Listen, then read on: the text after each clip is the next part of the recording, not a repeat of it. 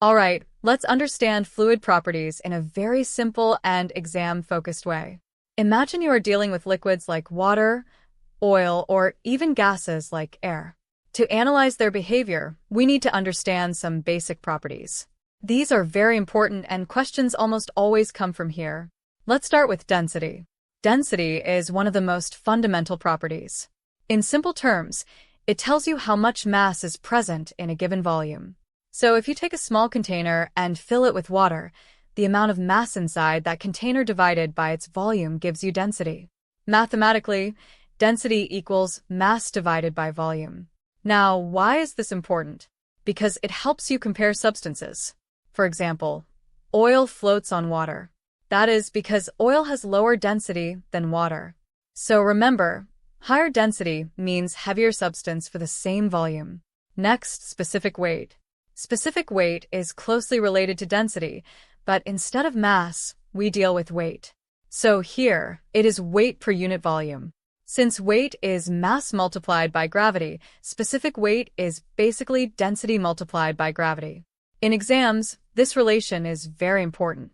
If you remember density, you can easily find specific weight. Now moving to specific gravity. This is even simpler. Specific gravity is a ratio. It compares the density of a substance with the density of water. So if a liquid has a specific gravity of 2, it means it is twice as dense as water. The key point here is it has no units, because it is just a ratio. In most problems, water is taken as the reference. So always keep that in mind. If specific gravity is less than 1, the substance will float in water. If it is greater than 1, it will sink. Now, let's talk about specific volume. This is actually the inverse of density. Instead of mass per volume, we now have volume per unit mass. So if density is high, specific volume will be low, and vice versa. This is useful when dealing with gases and compressible fluids. So a quick recap here. Density and specific volume are inversely related. That is a common exam point. Now let's move into slightly more interesting properties. Surface tension. Surface tension is a property you observe at the surface of a liquid. Imagine a drop of water. It tends to form a spherical shape. Why does that happen? Because the molecules at the surface experience an inward pull. This creates a kind of stretched membrane on the surface. This force per unit length is called surface tension. It acts along the surface and tries to minimize the surface area.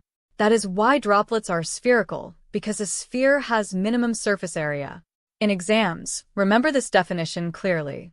Force per unit length acting at the surface of a liquid. Now, let's connect this with real life. When you see small insects walking on water, that is because of surface tension. The surface behaves like a thin, elastic sheet. Finally, capillarity. Capillarity is directly related to surface tension. It refers to the rise or fall of a liquid in a thin tube, which we call a capillary tube. When you dip a thin tube into water, you'll notice that water rises inside the tube. But if you do the same with mercury, it actually goes down. Why does this happen? Because of two forces: adhesion and cohesion. Adhesion is the attraction between the liquid and the surface of the tube. Cohesion is the attraction between the liquid molecules themselves. If adhesion is stronger, the liquid rises. If cohesion is stronger, the liquid falls.